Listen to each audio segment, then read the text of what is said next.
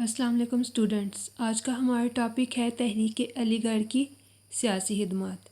تحریک علی گڑھ کی سیاسی خدمات یہ ہیں: دو قومی نظریہ، مسلمانوں کا دفاع، رسالہ بغاوت ہند، مسلمانوں کی سیاست سے علیحدگی، جداگانہ انتخابات کا مطالبہ، شملہ وفد، سیاسی قیادت کی فراہمی، سرکاری ملازمتوں کا حصول، مسلم لیگ کی تشکیل اور تحریک پاکستان۔ اب ہم ان سب کو ڈیٹیل سے پڑھیں گے۔ سب سے پہلے ہے دو قومی نظریہ۔ بر عظیم میں دو قومی نظریے کے بانی سر سید احمد خان ہیں۔ قوم کی اصطلاح انگریزوں کے دور میں عام ہوئی اور مسلمانوں کو من الحیثیت قوم ختم کرنے کی سازش کی گئی۔ اس دور میں سر سید احمد خان نے مسلمانوں کے الگ تشخص کو قائم رکھنے کے لیے علی گڑھ کالج کی بنیاد رکھی۔ علی گڑھ ایک تحریک بن گئی جس نے بر اعظم کے مسلمانوں کو عزم نو دیا، جس کے بل بوتے پر مسلمانوں نے پاکستان کا مطالبہ کیا اور الگ وطن حاصل کرنے میں کامیاب ہو گئے۔ اس کے بعد ہے مسلمانوں کا دفاع۔ 1857 کی جنگ آزادی کی ناکامی کے بعد مسلمانوں کو بغاوت کا اصل مجرم قرار دے کر برطانوی حکومت مسلمانوں کو مٹانے کے لیے ہر حربہ آزمانے لگی۔ اس آڑے وقت میں بھی سر سید احمد خان نے رسالہ بغاوت ہند لکھ کر جنگ آزادی کے تینوں فریقوں انگریز، ہندو اور مسلمانوں کو برابر کا قصوروار ٹھہرایا۔ اس کے بعد سر سید احمد خان نے مسلمانوں اور انگریز حکمرانوں کے درمیان کشیدگی کم کرنے اور دوریاں ختم کرنے کے لیے کئی حربے آزمائے۔ آپ سمجھتے تھے کہ مسلمانوں نے جنگ آزادی میں بھرپور کوشش کر کے قوت بازو آزما لیے ہیں، اب قوم انگریز کا تعاون لیے بغیر ترقی نہیں کر سکتی۔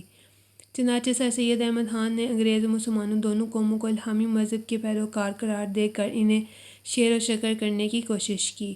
آپ کی کوششوں سے مسلمانوں کے دلوں کا غبار دور ہوا اور انگریز کے دل سے نفرت اور کدورت کم ہوئی۔ رسالہ بغاوت ہند۔ 1857 کی جنگ آزادی نے مسلمانوں کو آسمان سے زمین پر پٹخ دیا۔ Sir Syed Ahmad Khan East India Company کے ملازم ہونے کے باوجود انہوں نے مسلمانوں کی وکالت کا ذمہ لیا۔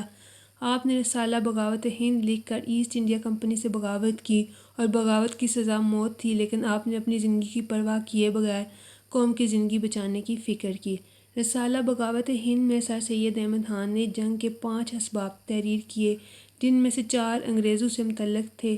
سر سید احمد خان نے جنگ کی تمام تر ذمہ داری انگریزوں پر ڈالتے ہوئے اسے اس کی لغزشوں سے آگاہ کیا۔ انہوں نے واضح کیا کہ انگریز نے رعایا کو سمجھنے میں غلطی کی اور ایسے قوانین بنائے جو ملکی رسم و رواج اور ہندوستانیوں کے مناسب حال نہیں تھے۔ اسی وجہ سے لوگوں میں غلط فہمی پیدا ہوئی اور جنگ کا سبب بنی۔ اس جنگ میں ہندوؤں اور مسلمانوں دونوں نے حصہ لیا، اس لیے صرف مسلمانوں کو الزام دینا درست نہیں ہے۔ مسلمانوں کی سیاست سے علیحدگی۔ سر سید احمد خان نے مختلف طریقوں سے انگریزوں کے دلوں سے مسلمانوں کے خلاف جو نفرت اور میل تھا اسے دور کرنے کی کوشش کی۔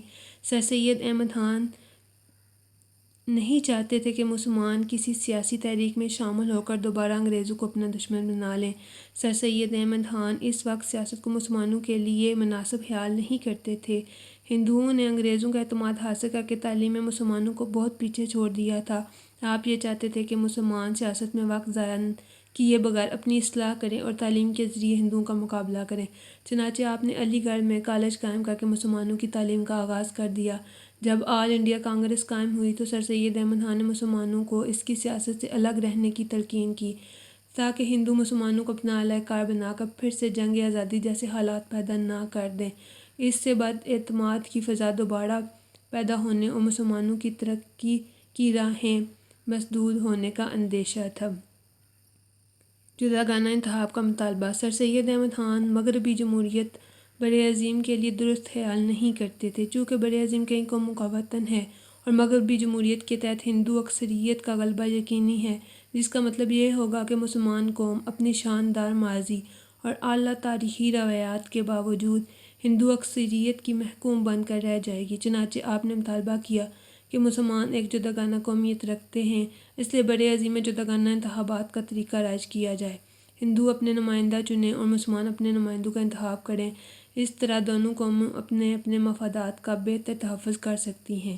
سرکاری ملازمتوں کا حصول۔ سر سید احمد خان جس طرح انتخابات میں جداگانہ طریقہ انتخاب کا مطالبہ کیا، اسی طرح ملازمتوں میں مسلمانوں کا حصہ مقرر کرنے کی تحریک چلائی۔ آل انڈیا کانگریس نے ملازمتیں تعلیمی قابلیت کی بنیاد پر دینے کا مطالبہ کیا، تحریک علی گڑھ نے تعلیم کے ذریعے مسلمانوں کو ملازمتوں کے قابل بنایا، ان کی تعداد کے تناسب سے ملازمتوں کے حصول کی جدوجہد بھی کی۔ جس طرح سیاست میں ہندو اکثریت سے بازی لے جانا ناممکن تھا، اسی طرح ہندو سے تعلیمی قابلیت کی بنا پر کسی اسامی پر پہنچنا مسلمانوں کے لیے انتہائی مشکل تھا۔ سیاسی قیادت کی فراہمی: تحریک علی گڑھ نے مسلمانوں کو سیاست سے الگ کرنے کی کوششیں جاری رکھیں۔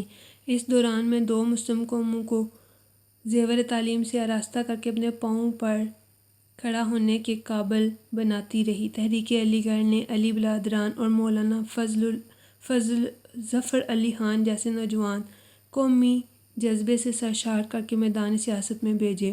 انہوں نے مسلم قوم کا تحفظ کیا اور متحدہ قومیت کا ڈٹ کر مقابلہ کیا، جس کے نتیجے میں مسلمان دھیرے دھیرے اپنی منزل پاکستان کی طرف بڑھتے رہے۔ تحریک پاکستان میں بھی علی گڑھ کے فارغ التحصیل طلباء ہر اول دستہ تھے۔ انہوں نے کچھ عرصہ تعلیم کو خیرآباد کر کے ہندوستان کے دور دراز علاقوں میں پہنچے اور انہیں قیام پاکستان کی اہمیت سے آگاہ کیا۔ ان طلباء نے بڑے عظیم کے مسلمانوں میں ایسا جذبہ پیدا کر دیا کہ ساری قوم نے پوری قوت سے پاکستان کا مطالبہ کیا۔ شملہ وفد: شملہ وفد کی تیاری اور لارڈ منٹو وائسرائے ہند سے ملاقات تحریک علی گڑھ کی کوششوں کا نتیجہ تھی۔ شملہ وفد نے لارڈ منٹو وائسرائے ہند 1906 کو شملہ میں ملاقات کی اور جداگانہ انتخاب کا مطالبہ کیا۔ شملہ وفد کی کامیابی نے مسلمانوں کو عملی سیاست میں آنے کا حوصلہ دیا۔